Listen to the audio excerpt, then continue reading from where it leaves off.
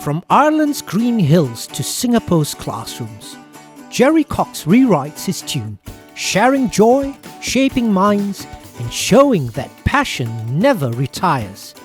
And in the pot, Irish Guinness Lamb Stew.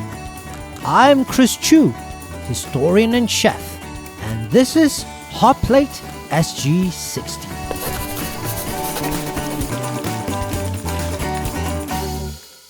Ireland, Singapore, the Emerald Isle, Little Red Dot. The red dot, yes. Tell me something about Ireland. Wax lyrical. Tell me what you miss about it. What's beautiful about it? Well, I've been out of Ireland now for 33 years or thereabouts. I went to Australia first, and I spent 10 years in Melbourne, 11 years nearly in Melbourne. Then I came to Singapore for 6 months, and that was November 2004, and I'm still here almost 21 years later. So Singapore became the permanent thing. What does it mean to be Irish? It means a lot of things. We have a strong sense of camaraderie, I suppose, empathy with the downtrodden. We have a very colonial past. We have a very bloody and unfortunate history with our nearest neighbour. We're friends now, of course, but as a result of that, for a long time, even when I was growing up in the 70s, there was a kind of a sense of, we almost had an inferiority complex. If something was Irish, it wasn't as good as if it was English or American or something like that. Our language almost died out. Even now, only about 2% of the population speak it as a first language, speak Gaelic as a first language. I learned it for 16 years in school. I cannot speak it. I can understand it at a very basic level if it's spoken to me, but I can't articulate a response. I'm learning again. I'm on Duolingo. I'm on a 125-day streak right now. That's interesting. 16 years is a long time. Yeah. So you learned it as an individual subject. In school, yes. Outside of English, and all the other subjects were obviously taught in English. So they were, yes. So it's just that, okay, it makes sense. Yeah. So English, Irish and maths were the three compulsory subjects growing up in school, because the language was almost stamped out by our colonial masters, shall we say. And when we were growing up, we hated it. We had to learn it in school. It was kind of forced into us. Being 1970s kid, It was actually beaten into us by our teachers. And so we grew to resent it. We saw it as a dead language. We saw it as having no place in the modern world. You know, everybody spoke English. The English spoke English. The Americans speak English. Yes. You know, if you want to get somewhere, English. Yes. You know, and so we kind of regarded it as something. I'm loath to use the word, but almost shameful. Yeah, and in recent years, I've seen that change. I've seen there's a younger generation coming up now, and that they're bringing the language back. They've got this sense of connecting with their roots, their culture. Yes, exactly, because a language on its own is just a means of communication, but it's very much connected to identity and culture and the history and everything. And so young Irish people, which it pleases me no end to see it, young Irish people are coming up now and they're learning the language. They're singing in the language. Gaelic language has always been very popular worldwide. You know, it exports very easily. Oh, it does, It's very romantic. Whenever we have a sword and sorcery film, there's always someone singing in Gaelic. And That's right. It's just got this amazing, beautiful. Yeah. I don't understand it, but wow, just gives you goosebumps. It's a very evocative, very descriptive language, and it can convey things in a way that English can't. To give you an example, Chris. Yes, please. I was about to ask. If in English, if I want to say I'm sad, I just say I am sad. Yes. So I'm identifying with that emotion. I am sad. Yeah. In Irish, we say tá brónaram. Sadness is on me. I'm not sad. I feel the emotion, but I'm not becoming it. Yeah. It's a temporary thing. Happiness will be on me later. But right now, you're taking the emotion. The nuances are different. Yes, it's a very, very subtle thing. Yeah. You're acknowledging the emotion, but you're not becoming the emotion, which is very useful, especially with things like anger, because you don't want, you know what I mean? So it's things like that. Yeah. Just little ways and little idiomatic ways of expressing, which are very poetic. The language itself sounds musical. It's very lilting. Even when you speak in English, it's beautiful. It's unique. It's unique. It's attractive. The accent is very attractive. Right. That's interesting, because I actually don't think of my accent as very Irish anymore. It was diluted by 10 years in Australia. It is noticeable. It's probably noticeable to you, I guess, yeah. But it was diluted a bit from years in Australia, and it diluted more because of 20 years here. I tend to slow. Now, if I get on the phone to my brother, Chris, and I speak to him for 10 minutes, and then I come back and speak to you, you won't understand a word I'm saying. Because how you keeping, it's just, it's a million miles an hour, and it's crazy. It's really difficult to understand, which makes my job as an English teacher quite challenging sometimes for the students. And my accent is a Waterford accent, which is from the southeast. It's very guttural. If it's a very strong Waterford accent, there's certain ways we pronounce things. We roll our R's, very guttural R. So, for example, I had an aunt who lived in Catherine Street in Waterford, but nobody said Catherine. People say Catherine. She lives in Catherine Street.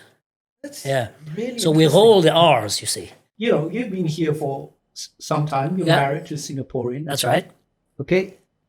What is the Singapore character like versus the Irish character? Now, for me, someone outside looking in, it's apples and oranges. I mean, typical Singaporeans are unemotional on the outside. They are reserved. Traditionally, not many are musical. True. I think that's changing now, though. Yeah. But I like your point of view. I mean, about what's different. I mean, everything you said is true, right? On the surface, Singaporeans, and it's more of an Asian culture than specifically Singaporean, but they are a bit more reserved, which can be interpreted as being unemotional. These people don't feel anything, but actually they do. They just don't go around shouting it from the rooftops like Irish people do. Over the years, I have actually found more similarities between Singaporeans and Irish people than differences. Let me give you an example. The Irish pub is a thing all over the world now. You go to any city in the world, you'll see Irish pubs. We've both spent time together in Malone's Irish pub here in Singapore. That's a phenomenon that came about from the mid-1990s because somebody wanted to replicate what an actual Irish pub is. That is to say, it's the social beating heart of a community. In small towns especially, or in areas within big cities, the pub is where everybody meets and socialises. The drinking and sometimes consequently getting drunk is a side effect of that. It's not the raison d'etre. The pub was the social hub, if you like, of the community. Now, when you come out to the heartlands of Singapore, in the void decks of HDB flats, you see kopitiams.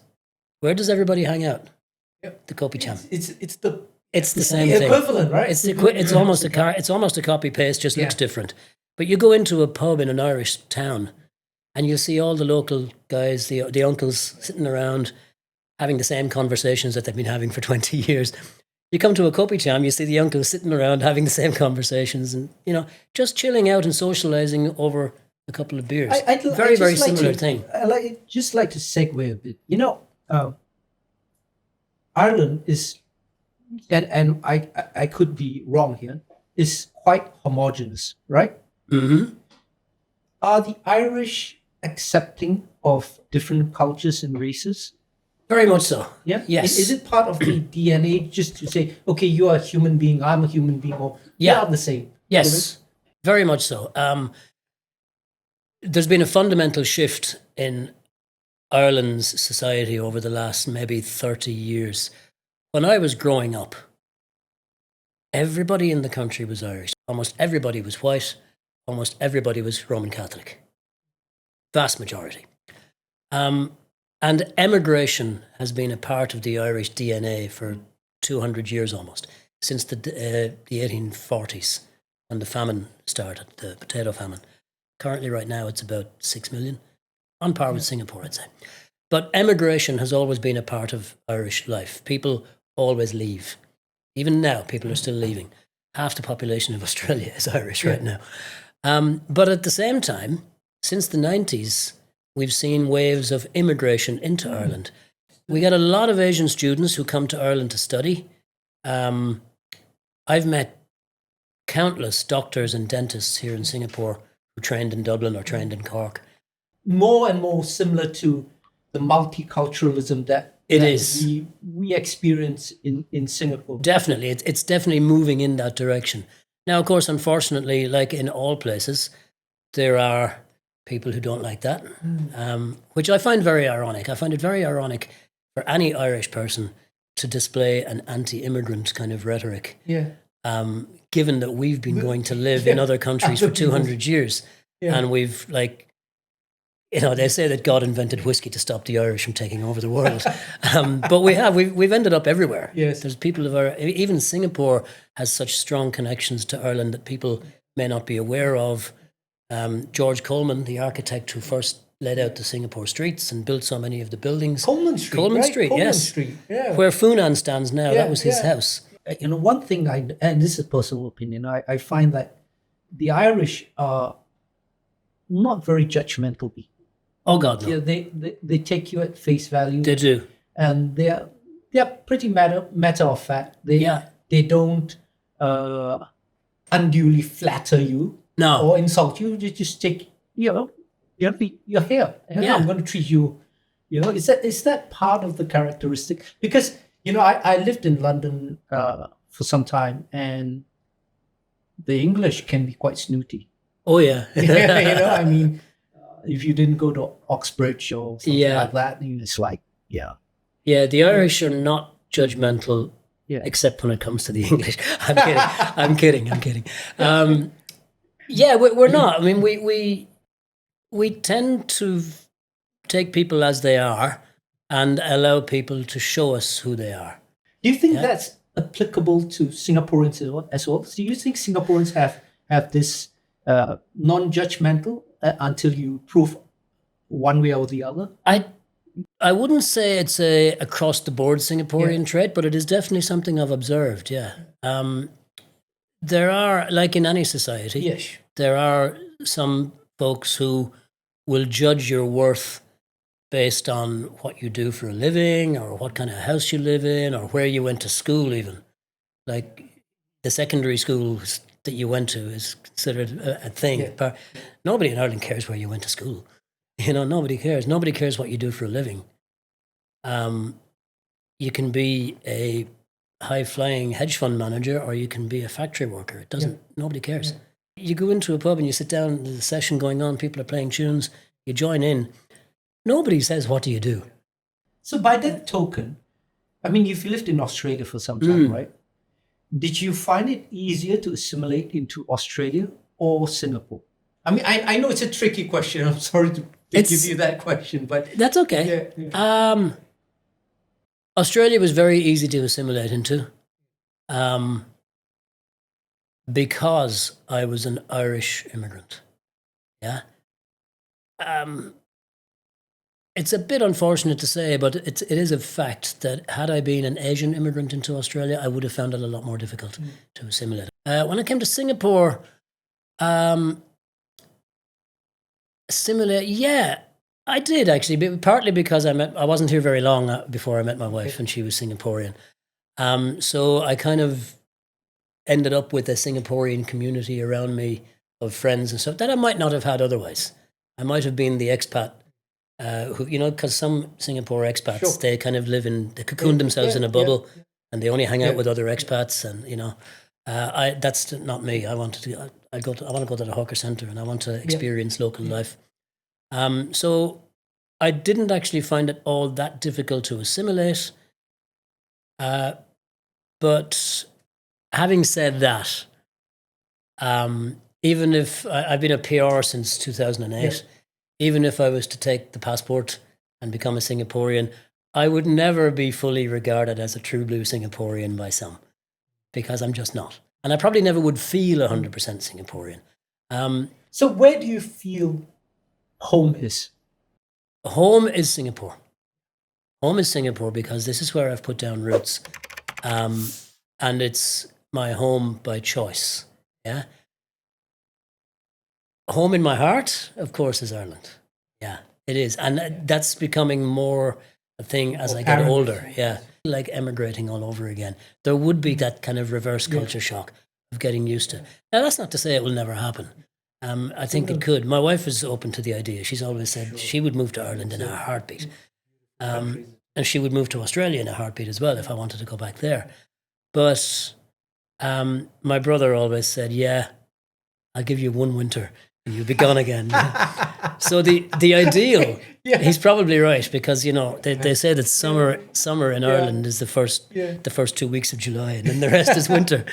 Now, you have moved from music full-time into teaching, right? Yes, that's right. That's another major move. I mean, you moved to so many countries, finally settled down here. But you were a professional musician? Yeah. Yeah, and you know, that was your first love? For a long time, it was my profession. But the pivot away from it into full-time teaching wasn't originally the plan.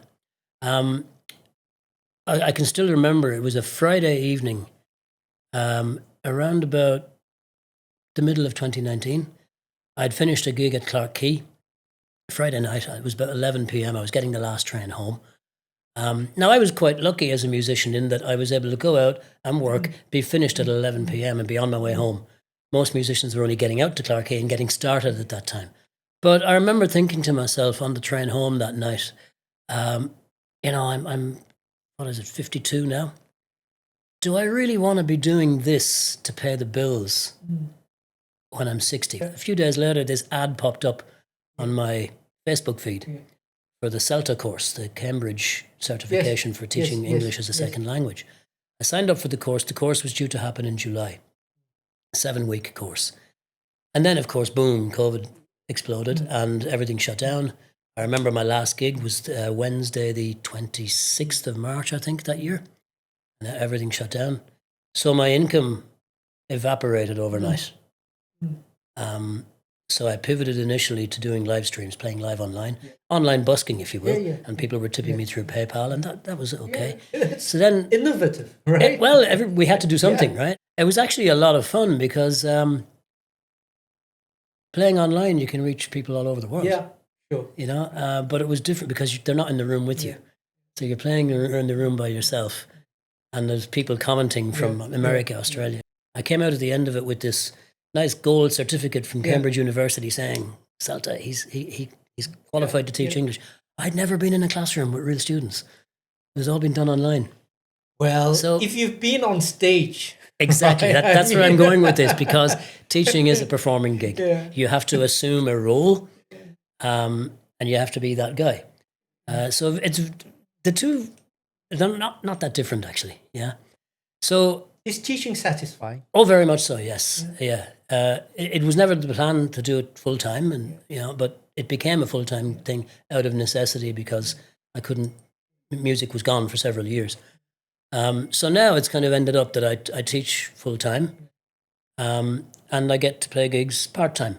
I see you like a mentor figure. I mean, you started sessions, right?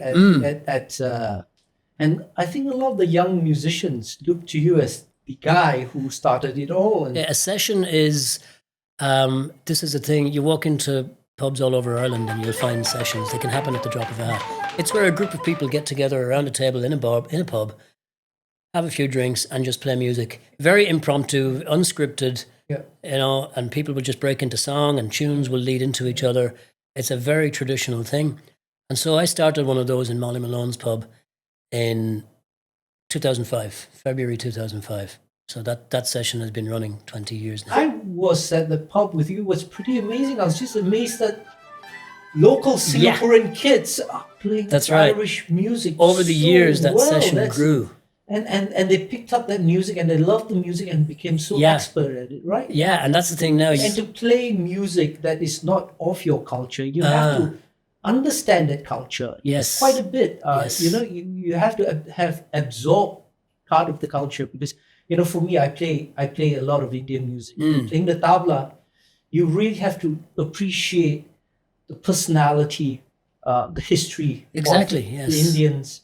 Then you can actually feel Yes. the groove, right? Yes, it's not just about learning the notes. It's about feeling what that music is communicating. And this music is very, very old. Gerry, wonderful chat. Can you play some music? I can. I'm not in the best of voice today, No worries. but I'll do my best. Ireland has a very, very strong literary history as well. You've got James Joyce, Oscar Wilde, William Butler Yeats, all these guys. We are actually, as a nation, we're better writers of English than the English are. We took the language and made it our own, Island poet. On Grafton Street, in November, we tripped lightly along the ledge of a deep ravine where can be seen the true worth of passions pledged.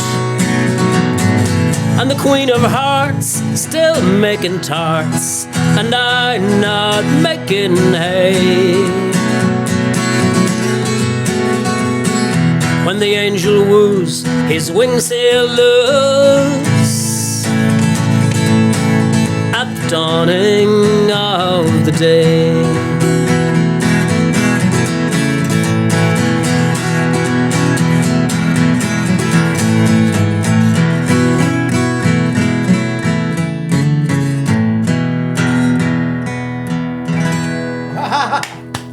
There you go. That was Raglan Road. That was beautiful. Thank you. Beautiful. I'm the little laughing baby in the mother's arms there at the back. Wow. So that's me and my 4 siblings, 2 older brothers, 2 older sisters. That would have been taken, what am I there, a few months old. So that'd be early 1968, I would say. So my parents got married in 1958. So you're the youngest. Now that is a picture of my wife and my son. That was taken last year on a little footbridge in the middle of St. Stephen. St. Stephen's Green is this. It's kind of Dublin's Central Park. That's the 3 of us. I think that was taken around Chinese New Year. You can just see a bit of a lantern hanging in the tree behind me, and the 2 of them are wearing red, of course. So that would have been earlier this year. That's me with my students. One of my advanced English classes. So they're all expats, but the ladies are all what we call study moms. I know some of them don't look old enough, but trust me, they are. They're here with their kids. Their kids are in the international schools here. It's as much of a social interaction community thing for them as it is about learning English. That's the best way to learn It is, of course. Relaxed, informal, non-judgmental atmosphere. This is me in my happy place. I'm actually looking across at James Chan in that picture. James and I did some shows at the Esplanade. Here we go, the wedding day. You'll notice that MBS is not in the background there because it wasn't built yet. This is 2007, so this is taken just outside City Hall. What used to be City Hall is now the National Gallery. At this time I was working as a full-time resident musician in Molly Malone's Irish pub. That's why I came to Singapore. That's where we met. And we actually got married upstairs in Molly Malone's Irish pub. Wonderful. Okay, so I hope you're hungry. Yeah, let's go do it. Yeah, we're gonna. I'm not normally allowed in kitchens because I can burn a salad. Gerry, you requested a Irish lamb stew. Yes, I did. I'm going to make one for you. Fantastic. First time, so let's see how it goes. Okay? Okay. We've got to season the lamb. Yes, that's right. So I've seasoned it with a bit of salt, and then there's flour that goes in. Bit of flour, yeah, that's good. And if you could just give me a hand and give this a good stir. Give it a good mix, yeah. So you do the cooking at home? I don't often do cooking at home. I'm not allowed in the kitchen most of the time because I'm not actually very good when it comes to cooking. Well, you've done a good job. I've always said you can actually discard the glove. So this is very much a comfort food for us, It's when I was growing up, my mum would cook this usually on a Wednesday, like a midweek Yep. You come home from school on a Wednesday and you know it's stew day, so it's like, oh yeah, fantastic. The human race has such a short history. We have so much alike in our cultures, in the way we like things, do things, yeah? Yeah, I mean, in context of the age of the universe, we've only been around for like 10 minutes. Yeah. So I'm going to sear the meat and render some of that fat into the butter. That's good. That's an interesting T-shirt. Oh, this, What's yeah. this about? Okay, what do you see in the picture? What's there? A hand holding a pen. Okay, is there anything different about the way the hand is holding the pen compared to how you might hold a pen? It's a left hand, yeah. Left-handed. So this word is caitóg. Okay. It's an Irish word. There is no English equivalent word. It's simply the word used to describe a left-handed person. That's interesting. Yeah, I don't know the actual etymology of it because I was about to ask, what's the etymology? Yeah. Because right hand is law of yesh and left hand is law of clay. Okay. So where caitóg came about, I actually don't know. That's something I must research. That's really interesting. But when I was younger, I thought caitóg was like a derogatory term for a lefty. Yeah. But it's actually not. It's almost a term of almost admiration, if you like. But yeah, kids were forced to write with their right hand. Yeah. But my mum was a school teacher. Yeah. So she put a stop to that and I was able to continue with my left hand. Cooking is a bit of an extreme sport. Bit of celery, nice. So besides music and teaching, what do you do? You know, other hobbies in Singapore? Do you go for walks? I do. I walk every morning.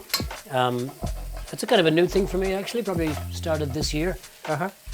Pretty religiously, rain or shine. I get up at 6 a.m. every morning and I go for just a 10 or 15 minute walk just by myself. Okay. Clears my head, gets me ready for the day. Okay. I'm not a very sporty kind of person. I'm not into sports as such. Okay. But mainly, music and a little bit of writing. Yeah. I'm working on a... You're writing? What are you writing? Well, I started a short story recently. What's it about, if you're not giving this? It's got a bit of a religious bent to it, actually. It's about this guy, a Singaporean guy, who gets into an argument online, a religious argument online, and he says something in the comments which ends up attracting a lot of attention. He gets a visit from these people from the Vatican who tell him that because of what he wrote in his comment, the identical words appear on this ancient document in the Vatican archives that he could not possibly know about. So long story short, he actually is the second coming of Christ.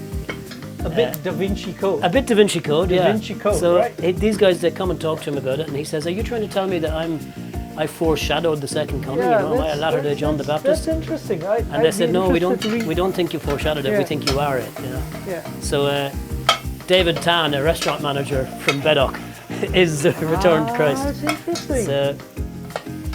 Because the vegetables are now nice and browned in the rendered lamb fat, and this is coming together. The secret weapon is going to be used to deglaze the pot.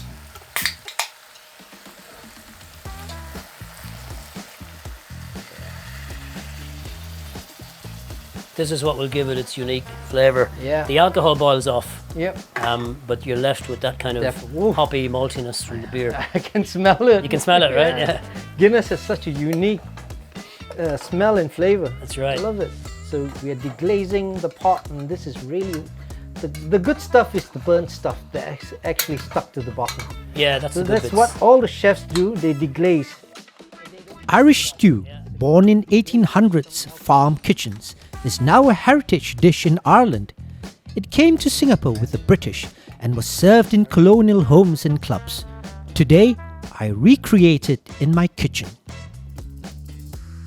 Yeah, so here I am in a Singaporean kitchen, and it smells like my mum's kitchen in 1975 or thereabouts. So it's transporting me back 13,000 kilometers and about 35 or 40 years. Some stock. We move it over to that stove and let it simmer for quite a bit. Yes, the longer the better, Yeah. actually. That's it.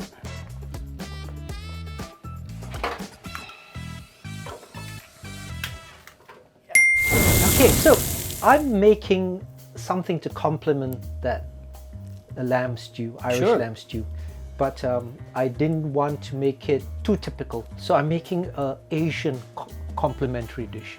It's an Asian pickle. Right. It's called Acar. Acar is a tangy pickle with Indian roots, adapted by Malay and Peranakan communities. Made with vegetables, vinegar and spice, it's a festive favourite that reflects Singapore's rich, multicultural food heritage. I've heard of Acar, yeah. I'm sure you've had it. Wasn't there a TV show called Acar? Yeah, but that refers to an Indian word. But this is Acar, which refers to a Peranakan vegetable pickle, which good. I think would taste wonderful because it's sour and would cut through some of that fattiness in lamb stew. So I'm going to show you how to make it. Some of the ingredients that went into it. So we've got lemongrass. Very nice. Very good. Wonderful aroma. Yeah. I've got some red chili. I've got some turmeric. Turmeric, And I've got some cloves of garlic. garlic, And some onion. dried red chili. Okay. Now this, I was about to ask, what's that? this is dangerous. This is nuclear, especially if you didn't grow up in Southeast Asia. Give it a whiff. Oh my lord, what is that? Okay. So this is called belacan or shrimp paste. It's Yes, fermented belacan. shrimp paste that goes into a lot of the curries in Southeast Asia. And this is roasted sesame seed.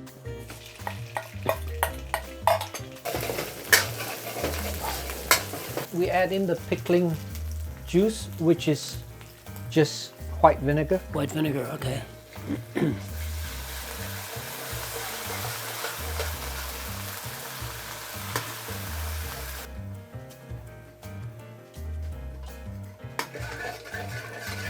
Now give this a taste, just a bit, not too much, because this is the pickling sauce, so it doesn't taste like this, but just give you an idea.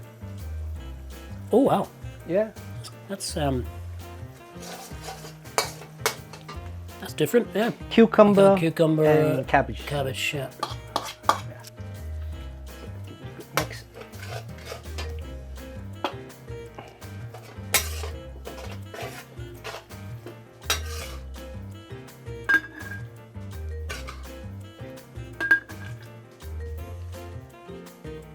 And how long does it stay in the bottle, Chris? This is a quick pickle. You just stick it in the fridge for about 48 hours and you're done. Okay. Yeah. So, we don't have 2 days. We don't have 48 hours, no. Yep. What I've done is that I've You've got already made one. Pre-prepared. Very nice. Jerry, I hope you're hungry. This is looking really good, Chris, and it's smelling fantastic. It's really very homely, very comforting. Well, reserve judgment till you taste it. Okay. What's Thank you very much. this called in Irish? In Irish, it's a stovach. Stovak. Yeah. S-T-O-B-H-A-C-H. How do you say bon appetit in this? Bon appetit. Well, I mean, what do you say before? We don't. We normally. We just dive straight. We just dive straight in, but Great. you might say slanta. Slanta? As you would do when you're toasting with a Yeah. drink, you might say slanta. Slanta? Because it's All right. your good health. Let's go ahead. Slanta. Let's eat. Okay. I'm just going to give you just a bit of this. If you Yeah, like this- it, have some more, but This is an interesting juxtaposition of two cuisines here now, yeah.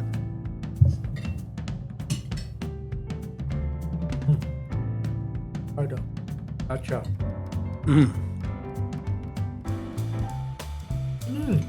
Yep. Yep. The texture, the taste of this stew. I mean, you said it's your first time cooking this, right? You would not know. So, one of two things. Either I gave you an excellent recipe, or you're just a damn good chef. This is very, very homely. This is not like a a different version of what my mum used to cook. This is almost verbatim what my mum used to cook. Thank you. It's really spot on. Feels wonderful when I'm given such a compliment. And you get that Guinness thing, the flavour. I mean, without the Guinness, it wouldn't be missing anything. It would still be a very nice stew. But it just adds that certain... Yeah, just gives it... That little extra thing, yeah. Irish stew in the pot. Flavours in harmony. For Gerry, music and language bridge continents. Proof that change is just another verse in the song. Slanche from Hotplate SG60. Watch us on Hotplate SG60.